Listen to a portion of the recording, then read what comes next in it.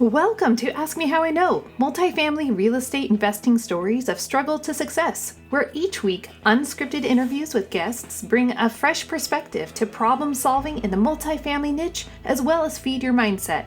Success stories are great, but everyone knows the important part of the story, the part between the struggles of starting and arriving, and it often gets left out. Ask Me How I Know is like the back house of a restaurant.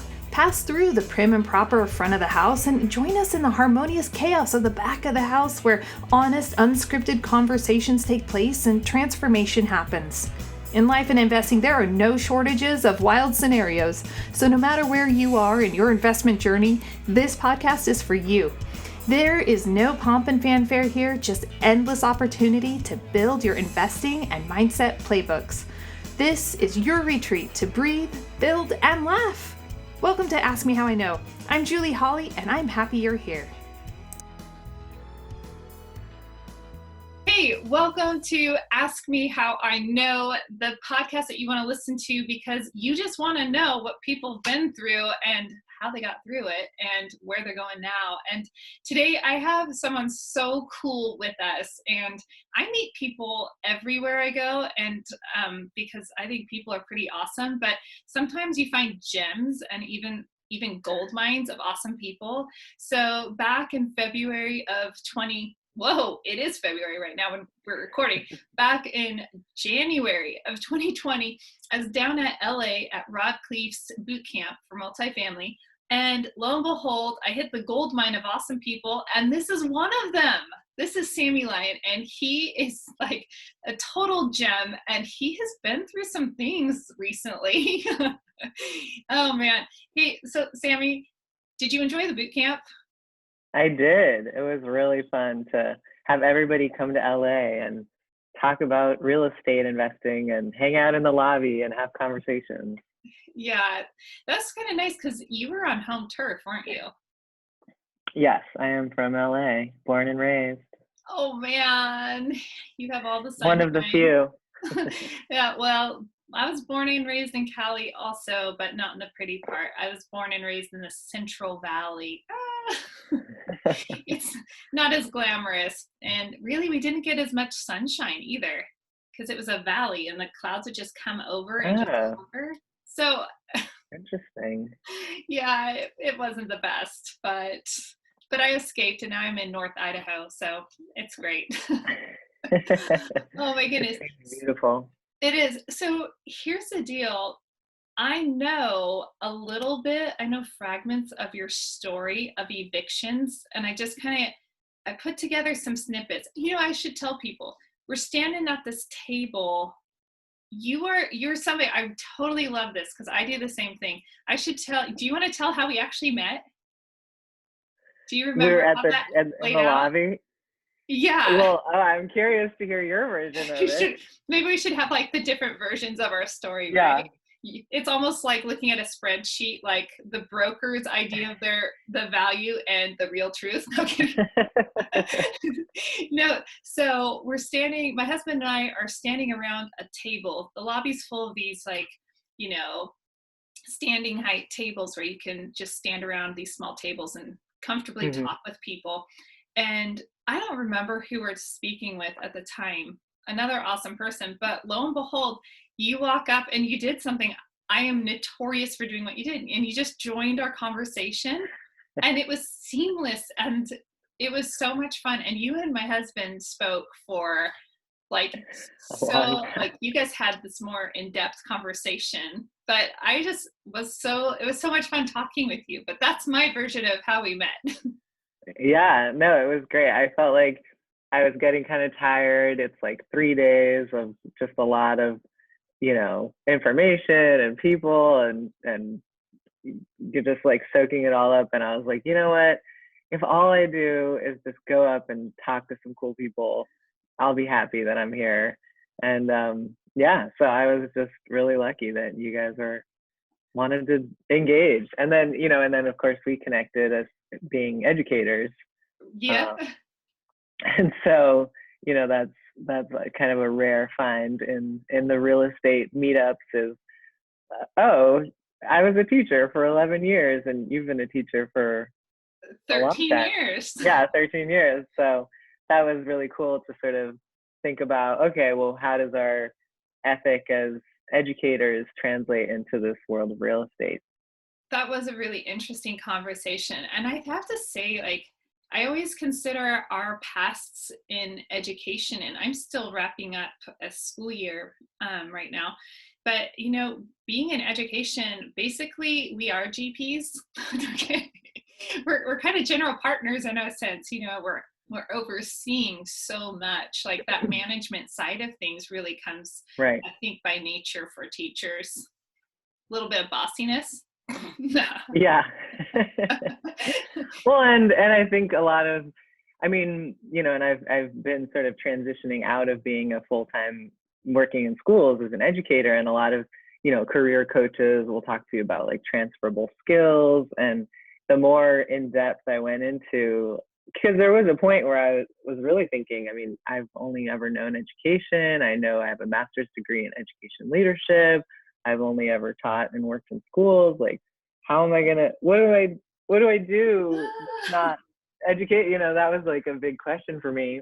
And then when I started digging deeper into, okay, well, what do I really do as an educator? It's like, well, I was also running programs in schools, so it's backwards planning, like for the year, thinking about, okay, where do you want your students to be, or what do you want this program to be, and thinking backwards, creating a schedule, wrangling all these, I taught high school, all these high schoolers to like get on the same page and the same vision of where we want to be. And, also in terms of nonprofit, the nonprofit industrial complex depends on fundraising, right? So a lot of writing grants and fundraising and doing events with donors. And, the more I dug into it, the more I realized like being a teacher is actually a great entry point to managing projects and doing kind of other management of coordinating type things, because it's very similar. It does. And you're also like constantly having to sell people on ideas.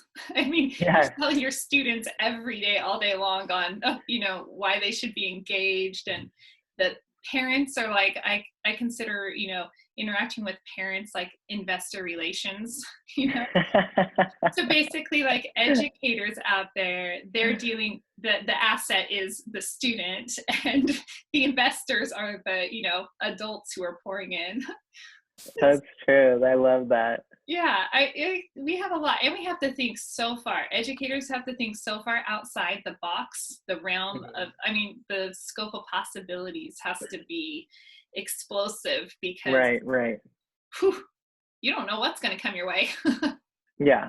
Yeah. Definitely that was a passion of mine, or I guess like a guidepost of how to do things differently. Like I wasn't interested in just teaching the way Oh school gosh. has been taught forever, right? So I was doing a lot of experiential learning and project-based learning, right? So I think generally just being creative, and that's, I mean, creative problem solving, that's like a huge, I mean, in the last year and a half, 2 years that I've been involved in real estate now, it's like, whoa, you really gotta like think outside the box pretty consistently, because things don't really go as cleanly as the all the books and the podcasts say, or people who are being interviewed for podcasts have sort of glossed over like those early hiccups, and they're Gosh. like, oh yeah, I dealt with all those problems and now I have 10 million houses. And it's like, well, I'm still in the part where I don't know what to do when the tenant doesn't pay rent, and you have to, I mean, how do you like actually handle those nitty gritty pieces and also hold your integrity as a person? Because that's my interest, is to still, do social impact work through this housing and real estate. Well, and that's what, I mean, that's one of the reasons why you're already successful, and why your successful grows. I mean, having that integrity component intact, Mm-hmm. that's what separates people in life. And that's going to carry you for down, not down, but up into the sky. So, well, and you're kind of going through the ringer right now, aren't you, with having to evict Oh, how is this going? Are you working with a project manager? And like, I can't, this is like your Ask Me How I Know, like, you're learning a lot Yeah, of lessons. I am definitely going through the ringer. I feel like, well, so it was the end, or it was the middle of 2018 when I decided that I really was going to be serious about real estate investing. I was still working in education, and then it was, well, I was looking at also Los Angeles, but eventually it sort of came to out of state real estate investing. Um, and so really it was only the end of 2018 that I, decided I researched a bunch of markets and looked at and ended up choosing Ohio, just as a good kind of lower priced entry point with good Yeah. cash flow. Landlord friendly laws. I live in Los Angeles. I live in a rent controlled apartment. I love it. And I was like, great. As a landlord, I'm not going to be in a tenant friendly state. But it is actually, it's not bad. I mean, to say it that way it feels weird, but I think in terms of just the ease, the quickness with which things can get resolved, because, well, the end of my eviction story, it actually just got resolved last week and even just yesterday, in a very positive win-win situation, I think. Oh, I love that. I So I'm love it very when happy about, yeah, how that win-win. all played out. Um, but yeah, so, and in terms of, it's only really been a year. I closed on my first property in December of 2018 after visiting, and then it was just this fall of 2019 that I closed on my 10th unit. So it really was 10 units in 10 months, which felt like, once the ball was rolling, it was like, okay, this is easy, and I had a system going. And then I didn't realize how, that train can just like come to a screeching halt when the people on the team aren't performing at the level that you would expect them to be. So And who that's wasn't kind of, performing? yeah, so that's what happened with my property manager. And I probably, I think, I forget who was saying this.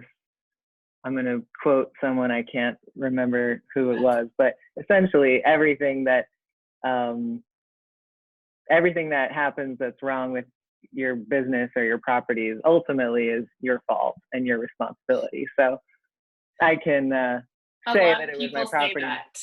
Yeah, I mean, I Yeah. could say that it was my property manager's fault, but ultimately it really is my fault in that I gave them too much essentially. I thought they could handle onboarding tenants, renovating the units. There were some vacant units, so renovating those. I really try not to, like, I don't buy a property and kick a tenant out who's been living there. Yeah. I just, I do my analysis from before we even close. Like, okay, does it cash flow at their current rent? Yeah. And eventually, if they move out, like, what are the repairs that it would cost to renovate, to fix it up a little bit and Yeah. re-rent it. But I'm not interested in, buying something and kicking someone out. But then you have to onboard tenants who you don't really know who they are and what their situation is. So it's kind of a messy process there. And then renovating the vacant units and then leasing them out. So it was just a lot. And I gave a lot of things to do to one team. And I think in a normal situation, if they had been able to perform, it would have been fine. But because they weren't, it all came kind of slamming back to me of like, oh, I don't have one problem, I have 10 problems now, all at the same time. And here I am in California, and there they are in Ohio. And, there's only so much you can do except write a lot of emails. And make a bunch of phone calls and Make a bunch of phone calls. blow their phones Yeah. up. Mm-hmm. So, I mean, I feel like I'm kind of reaching the end of this now, and a lot of it. I mean, we can talk about. I know you wanted to also talk about, like, how do you deal with challenges and how do you work through them? And so Well, this I is feel this is a yeah, huge challenge. So like, what did were you were you doing reno on all of the units all at once? no, it was just Okay. two. It was two that I had bought, that it was two duplexes, and the downstairs was rented and the upstairs was vacant. So Okay. I had sort of calculated, the costs to renovate the two upstairs before closing and factored all that in. And then, so that was pretty simple. I knew that. Then right after I closed on another duplex, one of the tenants moved out. So then now I had three vacancies. One of the tenants that I didn't want to kick out just decided to leave You're like, anyway. no, come back. I was like, no, stay. But yeah, and as we know in, real estate investing world, I guess turnover is the killer of all of your plans and your returns. So having three vacancies all at once wouldn't have been a huge deal, except that, and these were pretty simple. I mean, they're like 2-bedroom units. Okay. They really should have taken a week or two to renovate. And I believe the final count, it took my property manager, I think about 4 months to turn 2 units. Oh, that'll kill the And once they cash had flow. demoed, I was kind of stuck because I was like, well, do I let them finish it or do I hire someone else and lose my, so those are kind of the decisions you make. Well, walk us through that, because walk us through that thinking. You're like, okay, do I fire this person? What would you lose? Mm-hmm. I know. Yeah. What would I lose? Well, I felt like, because the owner of the property management company is, everyone I work with are great people, but I think so, but he's not involved in the day to day, right? So it's just the employees and the staff of the company. And I think it's tough because I feel like you want an established company as well to be a property management company. You don't necessarily just want kind of like a DIY. Yeah. But at the end of the day, you're not working with other people who are also themselves real estate investors. You're working with employees who, it just doesn't, like, there's nothing wrong with their work necessarily. It's that they don't understand like the impact, right, of the delays. Yeah, vacancy. Like, I tried to explain to them, I had short-term money, loans that I had used. I mean, a lot of like bridge loans to purchase the properties and then renovate them and refinance, which is a pretty common practice in real estate investing. And I was like, you guys understand, right? Like, every month that you're delaying is vacancy, utility bills, and interest payments. So it's not really just, oh, how much did this countertop cost? It's like, no, it's a very expensive countertop. Yeah, you're like, why isn't this like some type of granite or marble or something at this point? Yeah, I'm like, wow, this is the cost, or I guess I'm not sure what you would call them. I guess like operating or holding costs, or soft costs, but they're not very soft when you're not getting any income. Right. So yeah, so I think that was kind of a difficult. It's like, do I fire them? But in terms of your question, I didn't want to ruin the relationship, right? I mean, to me, the relationship felt very important. They also are people who I buy, property managers are great sources of off-market deals. They know a lot, right? So I had bought a lot of my deals from them as well.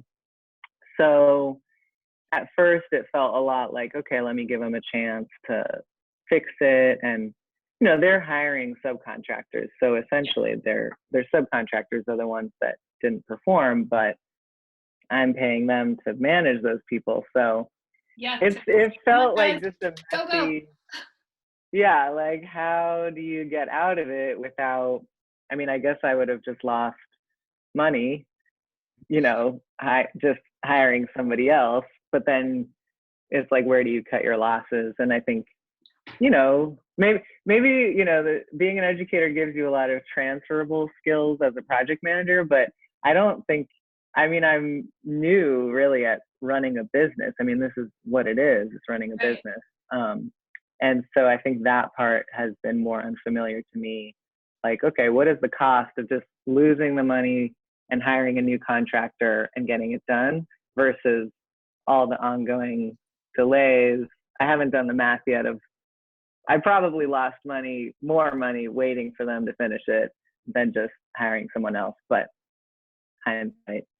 I thought that's why it's ask me how I know, because it's like you can only know some things you just Right. learn along the way, and that's why this podcast exists. It's like, Yeah. man, we'll all just share ideas and hopefully, navigate some of those bumps a little smooth. They'll just be smoother because the bumps will be there. Exactly. But, yeah, there's always going to be something, but like I guess stuff like that where it was very unclear what the right move was, and how to, and I'm still kind of trying to figure out, I still haven't fired them. So that's kind of, they keep saying they're going to make it right, and I keep believing it. So I'm by nature a trusting person, so I'm really hoping that that's the downfall of educators right there, is that exactly. people are like optimists and you want to believe and trust. But I'll tell you what, I can hear a lot of my business buddies being like, man, cut the loss and get out there. Fire that property. Be friends with them if they want to be friends, but man, as a business. It's true. Yeah. I have fired one property manager already last year, so I'm not opposed to doing it, but I think but I only had one property with them at that time, whereas now I have so many that, I'm really at a disadvantage here, because they have a lot of, property managers do have a lot of control when they have all of your entire portfolio. But yeah, I know what the answer is. I just have to get up the courage to, just cut my losses and do it. Well, and I don't know that it will be, here's another way you could look at it as like, am I cutting I've lost this much, like what's the future? Like the potential future losses. That's where that could be harsh. But that's a lot to go through with a property management company, but basically you just accelerated everything. You're like, bam, bam, bam, 10 properties later, and this is what we're doing. And, that's exciting to take on that much on top of, your job that you already do. And you're a busy person. I'm very busy. Yes. It's kind of, I think I had this idea, like, people also had told me, don't hire a property manager, like you can manage it yourself. And, I thought, okay, well, even with these, I am frankly mostly busy because I am taking over a lot of management right now. And that's kind of how I've been able to get through this period, is just sort of taking control and getting my project manager hat on and just saying, okay, like everything goes through me. And yes, I wake, 3 hours ahead. I'm in California time, they're East Coast time. I wake up to texts from tenants about the water heater doesn't work, or there was a mouse in my kitchen, or whatever. I'm like, mouse, come on, okay, Preston, put a mouse trap. What's the big deal? No, I'm kidding. Yeah. Well, I was like, I am kidding. I'm not making light. I don't want anyone to with rodents. But I think obviously that's not scalable, right? So I think the goal with this whole, why did I jump ship from education to do this? My mom continues to tell me that I made the wrong choice and I should go back to teaching. But well, in terms of like, what are we doing in this world? Like what's good, and what are we trying to do? And I think obviously being a environmental justice high school teacher is more recognizably social justice work in this world. Whereas I really am thinking about, okay, how do I create financial freedom through real estate? I think that's the dream a lot of us are chasing in this world.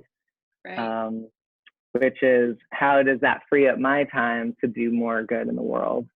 And also, I mean, part of what I'm exploring with a partner is how do we do social impact investing? And I donate 1% of all gross profits to affordable housing in Ohio, and we're looking to create some rent-to-own strategies for tenants. So it's all wrapped up to me as still part of the social justice work. But I have to question why am I doing this? Definitely comes up, like, why did I leave education to deal with mice in my tenants' houses, Well, a lot of that, I think that it's easy to miss because I grew up in a real estate home in third generation in real estate, residential real estate. But then, right. And as an educator, and then I went into residential real estate, and I've kind of gone like parallel lives with my real estate and education. And sometimes, like you're saying, it's so tangible when you walk in a classroom and you're like impacting these students' lives. But, there's such an impact when you can give people quality housing, because I have no doubt that you're like us. You're not a slumlord. You're not, there's quality involved in providing a safe, environment for people to have their family culture, whatever that looks like, that's a blessing. That's a gift to people today versus, I've seen some rentals that are really, it's like, to me, they're unlivable. And I think, how could a landlord possibly even sleep at night, allowing someone to live in that environment? Like, you need to take care of making sure that the setting is the right environment for these people, for your tenants. It's like the home is like the springboard for their life, and you want to make sure that you're creating that. So it's really an interesting way, because it's like a foundation, I think, for laying for people, like they go to bed there and they wake up there, and by us giving people quality places to be, that we have never overcharged on our rents ever, because we're like, people need a good spot. There's that balance between those two. Yeah, so, definitely committed to having like affordable units, not, let me get this and make it super nice and try to charge top rent. Or let me not make it super nice, but just try to charge top rent and drive rents up in the area and make it hard for everybody. Right. Exactly. There's a balance. Well, and, Los Angeles is one of the epicenters of gentrification. And so, just being mindful of, okay, how is this playing out from me as a California person, going and doing this in Ohio? Like, how can I continue to do this with an ethical mindset and make sure that I'm not replicating those same patterns? Oh, I'll tell you, since we moved out of California some years ago now, that is something that the people where we live, they're very hesitant about accepting Californians, because they're like, we like where we live. We want it to stay the way it is. Right. Like, don't change us. Yeah. So yeah, it's and even just your thoughtfulness on that, it just maintains your integrity, that you're aware of, okay, I come from one culture over here, because our country is so ginormous. People forget. Europe has, I don't even know how many countries in the same space of like California, right? So, we have all these different cultures and ways of living across our country. So it is important to be aware when you're investing out of state, like, what is a culture? So you went there. How much time did you spend when you went out and kind of got to know, are you in Cincinnati or Cleveland? In Cleveland, yeah. Okay. So I ended up, I spent a lot of time on the website, Bigger Pockets, talking to people, other investors, realtors, all the property managers, all the folks, for a long time, for a few months on the phone and on email. And then I booked a trip with another investor here from Los Angeles, and we went together.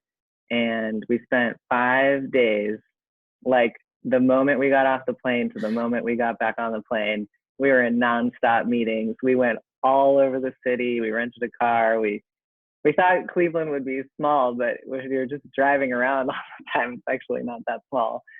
And yeah, we just kind of were there to see the areas and meet the people. Because I mean, a lot of people have said this, is the people is the important. I mean, the areas, location, right, is important, Right. but also the people that you're working with. So Yeah, those yeah, so after those 5 days, sorry. those relationships. Exactly. Yeah. Yeah. And who do you can talk to people on the phone, but like, I do think it's important to go meet the people and hang out with them and have a beer and go walk into a million houses together and just kind of see. And also for us Californians, just even seeing, okay, this is the type of housing that's available in Cleveland, and And this is just seeing all. acceptable. This is how Yeah, right. they like this, because it doesn't matter where you're from. I mean, in Michigan, they have a certain style. When we lived in Colorado, it was one way. When like everywhere you live, it's like the quality of life, the standards, what people are, drawn to, they shift Hmm. for Yeah, sure. and seeing definitely like low standards that landlords had of maintaining their properties. That was just a little shocking for us, and not something that I'm necessarily doing on mine. I'm refinishing the hardwood floors, even though that's just like my pet project. Save all original hardwood if possible. Oh yeah. Um, but I think also just getting a vibe for the city, right? Like we did so much research on price to rent ratios and um, jobs and housing, all the metrics, all the population, right? All the metrics, foreclosure data, just looking at all that, but then also just being in the city and seeing the aliveness. And I actually just loved Cleveland. And I know that we're not supposed to invest emotionally, but I do think it's important you can see if a city is alive or is not alive, kind of run down, right? Absolutely. I think that and I don't know that everybody has that level of intuition, but there is this intuition that we have hardwired into us. And if it's developed, and you've struck me since we met, that you're probably one of those people that is in tune with your intuition to be able to go, oh, that's just my feelers and I need to tap them down a little bit. Mm-hmm. Or right. no, my intuition is leading me and to understand this is the way it is. Like there's something about intuition and it tells you, but because when I go places, sometimes you can just feel like the energy there is just, that's not where we need. I mean, even in units, you can just walk in sometimes and go, I don't even need to see it. I can feel this is not. Right. Yeah. So 5 days, and that was enough. I really felt like ready. And 2 weeks later, I was under contract on my first property. I didn't see that particular property, but I had seen the neighborhood. I knew the realtor who I love, who I work with. And then since then, I've been back a couple times. Just, good to go back. And I've walked some of the units since purchasing them, and, been able to help move things along as well. Nice. Well, so when you went out with the other investor, are you guys investing together, or did you guys just go out to say, hey, we both want to invest in the market, let's bounce ideas? Yeah, pretty much. Yeah, we haven't invested together.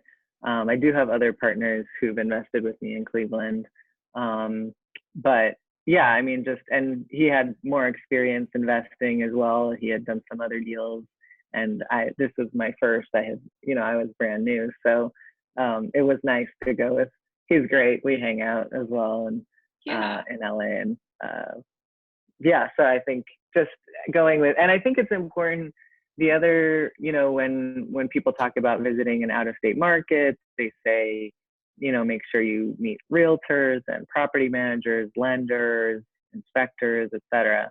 But I think it's very, very important to meet other investors, like someone who's not they're not in the business of, Oh, interesting. like being your realtor or being your property manager. They have nothing to sell you, but hey, we are investing. They're local and they're investing locally. And I think that's where I've gotten a lot of valuable information and feel really grateful for the local investors. You're the first person I've ever heard say that, ever. Like, that's genius. Did you guys manage to go like any meetup groups or anything like that while you were there? Not that first time, but I have been to a couple meetups since then. Yeah.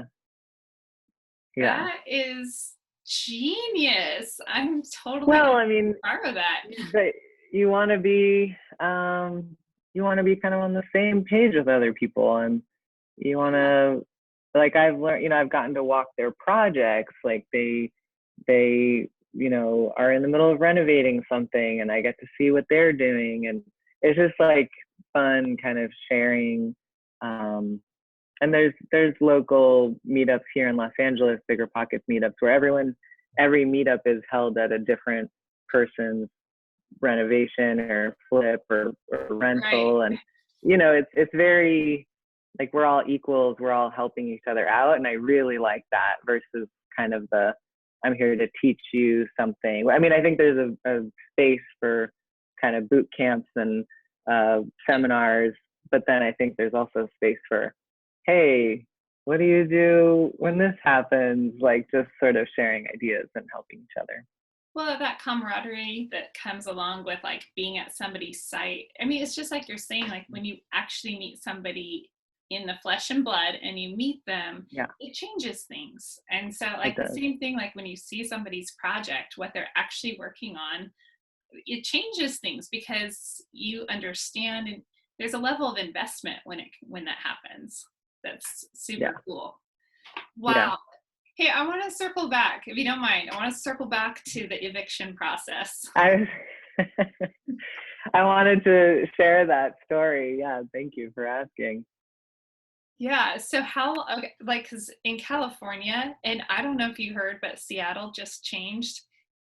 Someone just posted last week that the Seattle City Council just changed it so you cannot evict people during winter.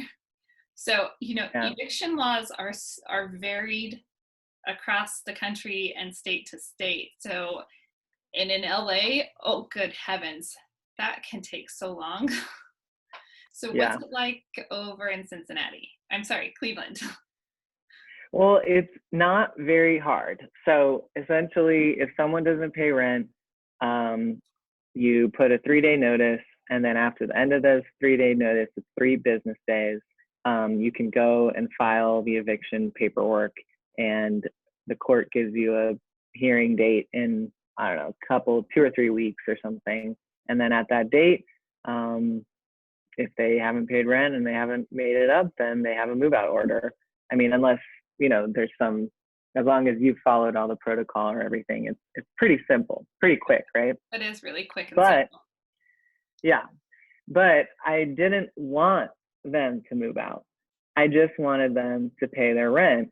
And, and this was the second property I bought, and I bought it with a partner, and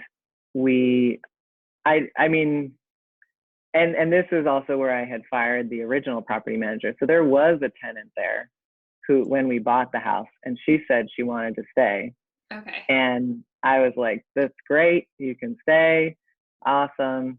And then I was I had very much like that mentality. I don't want to be involved. I don't want to talk to the tenants. I want this layer of anonymity and everything, the property manager is going to handle everything. So I said to them, call the tenant, see what she wants to do. Does she want to stay? Does she want to sign a new lease? Whatever.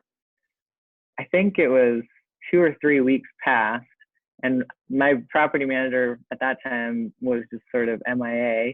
And we finally I was like, where are you? And then we got in touch, and they said, oh, they didn't onboard her, and they didn't call her, and they didn't collect rent. They thought that I had May rent. And I was like, what are you talking Well, that's your job. Right. And How do you so, not know this? yeah. So anyway, long story short, because she was late, even though they hadn't contacted her, they put a 3-day notice on her door. And then she took it literally and was like, oh, well, the new owners want me out. And she moved out. Like it was a Friday and Monday she was out. She didn't even know that it was 3 business days. She thought it was 3 days. A single mom with her kid. She's obviously like a super responsible tenant. She's like, oh, they want me out. I'm out. I can see why you wanted the tenant to stay.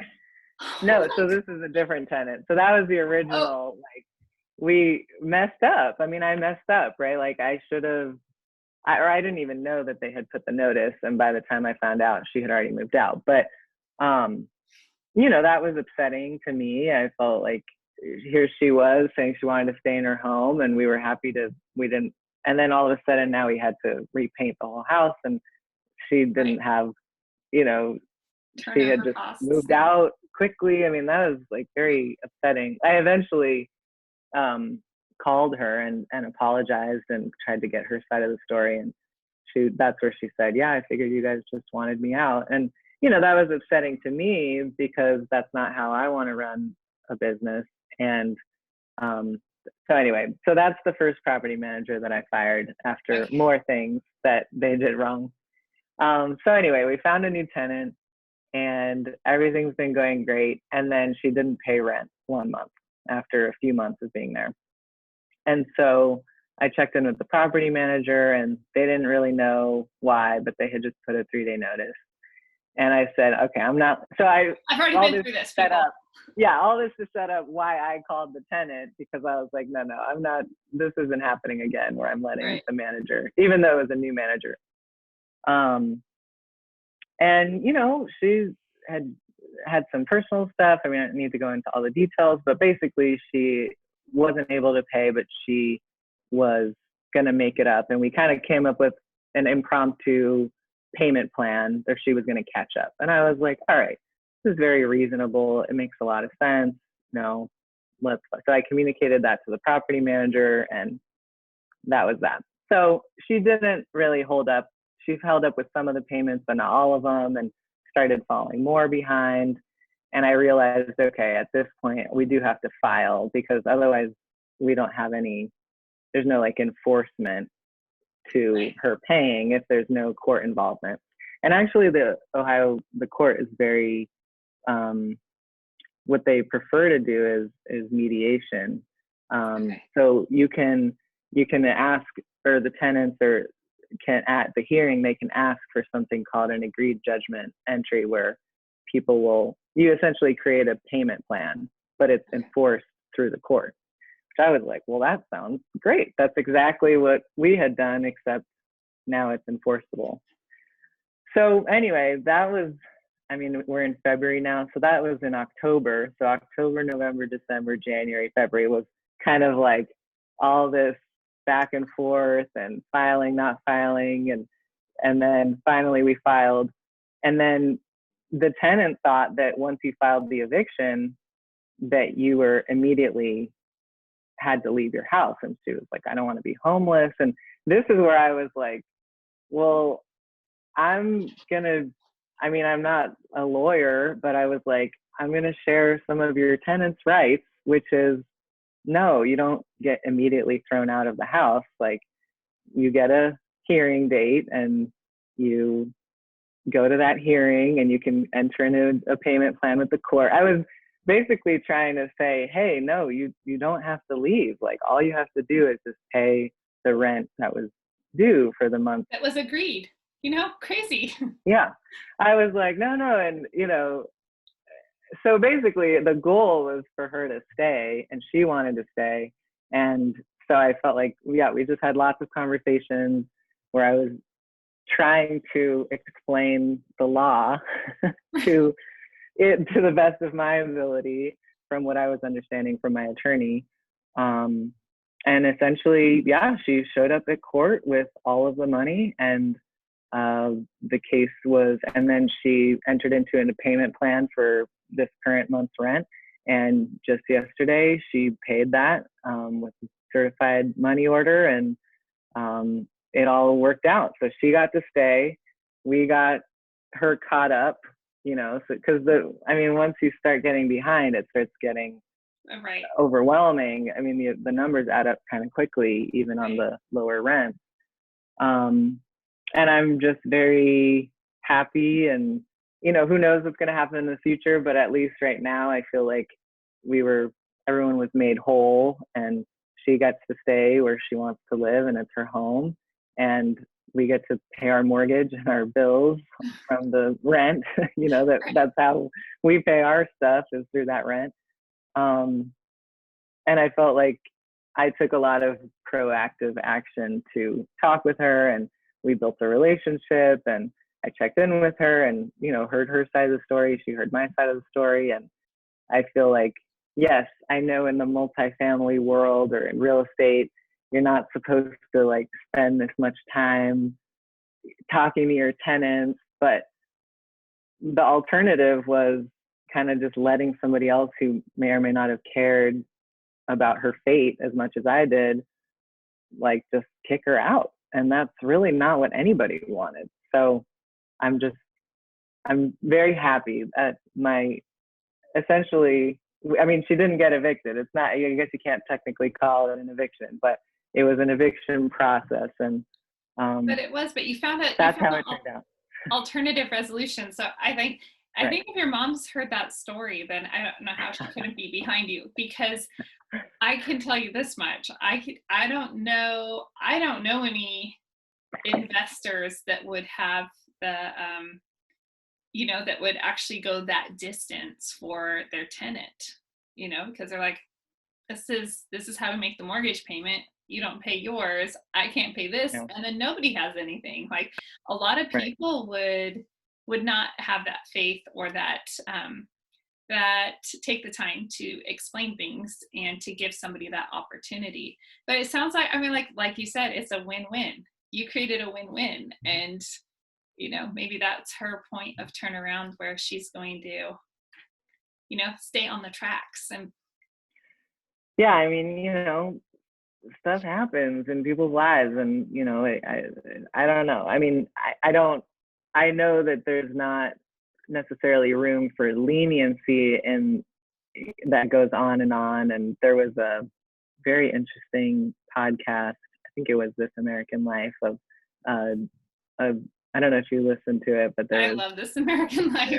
Yeah, it was called The Super, and they were talking about evictions and one landlord, and how it really scarred him to do an eviction. And it is painful. It is emotionally challenging. And I know that this was one very specific case. It's not how all evictions go, and sometimes someone isn't willing to work with you, and they do have to leave, and and sometimes landlords are just evicting people left and right just to like get higher rent, right? So I think there's all sides to how that process could go, but in this situation, it felt like we both came together and came up with a solution that worked for both of us. Well, I'm impressed by that. That's it. It's a cool story. It's something that I don't think I've ever heard this type of story before, but it'll be interesting. Again, if your mom is not, seeing what you're doing with that. I was just kidding.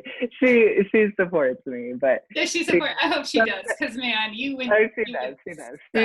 She's one of, she's supported some of the investments as well, and I think that. But I mean, from a standpoint of like, what good are you, wanting to impart on her kid, contributing? What good are you doing in the world, right? And I think the real estate, it can be a little more nuanced, whereas being a teacher, everyone just knows. Although there are teachers that do not do good in the world, and so I think. Don't we know it? I think it's more obvious the education versus real estate, but I'm trying to carve a space for social good in real estate as well.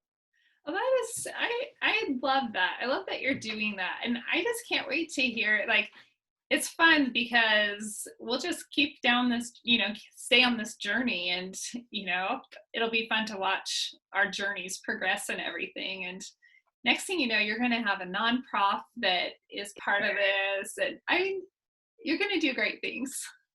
I'm excited for both of us. We're kind of, I mean, you have definitely more real estate experience, but now you're jumping into this multifamily. And I mean, I think it's exciting. I mean, I'm just excited to, like we were talking about before, other investors who just sharing ideas. And, that's what's exciting about connecting with people. Yeah, you get to grow together and cheer each other on, and I think that that's what's really unique about this niche of real estate, because residential real estate is not like this at all. It's very competitive, and there's a lot of ill will out there, and not the highest ethics that are, like, in the multifamily space.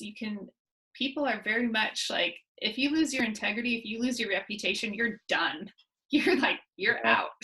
And so people are aware of that. And in the residential world, unfortunately, a lot of agents are just more concerned about closing deals and having that commission come their way instead of putting their clients' needs first. And yeah, it's unfortunate, but that's the way life is. People are people. But then, I meet great people like you, so I don't worry about all of that. I just go, you know what? I'm just going to stay with all the really awesome people that want to do great things in the world. Yeah. Well, your husband was giving me great advice, because I'm becoming a real estate agent here in California. And, he was saying, put your clients' needs first, and that's how you're going to be successful. And I think I'm excited to bring also that level of care and I guess, I mean, we keep talking about integrity, but that level of integrity to being a real estate agent as well. And I think part of that integrity, part of that comes, like, that care is, for us, it's care is part of that integrity. It's like you have the integrity with, your morals and your ethics and everything like that, but you have to have part of that morality for us is having that level of care and compassion for humans. Like, right. Who are you if you're just trashing people and hurting? You really have to take care in the world. So he has lots of great advice. So, oh my God, Sammy, thanks so much for joining us on Ask Me How I Know. And people can connect with you in probably a few different ways, but I will drop all of that in the show notes. And if you guys have questions about, Cleveland or out-of-state investing or evictions, or you can run the gamut, making transitions and jobs, Sammy's your guy. You can just talk to him. I'm already volunteering you. See, you're doing great things. Thank you. Do you have any final parting words?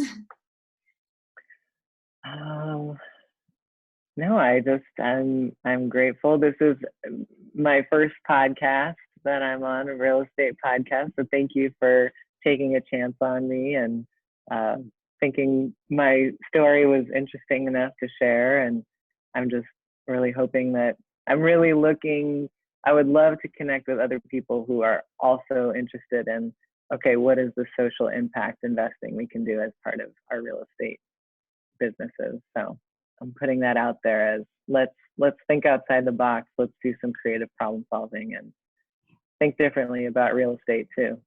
That's awesome. And I know that there's some people doing developments in that space. So if you're listening to this and you're one of those people actually doing some developments, or just please make sure you reach out and contact Sammy.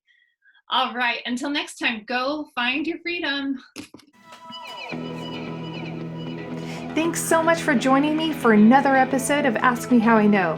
My guests are the most humble successes, so be sure to show them your appreciation by rating this episode 5 stars, which sounds silly, but let's be real. Ratings, likes, and shares, they take no time at all, but make all the difference in the world, if only to boost morale. Also, since I don't spend time on the how and why they got into investing, be sure to check out the show notes to get to know more about today's guests, including other podcasts they've been on that has a more traditional format. That will give other details about their investment journey. It'll also tell you things like the most influential person in their life and what they're reading right now, as well as how to connect with them. And please subscribe and rate Ask Me How I Know so it reaches other listeners like you. Until next time, go find your freedom.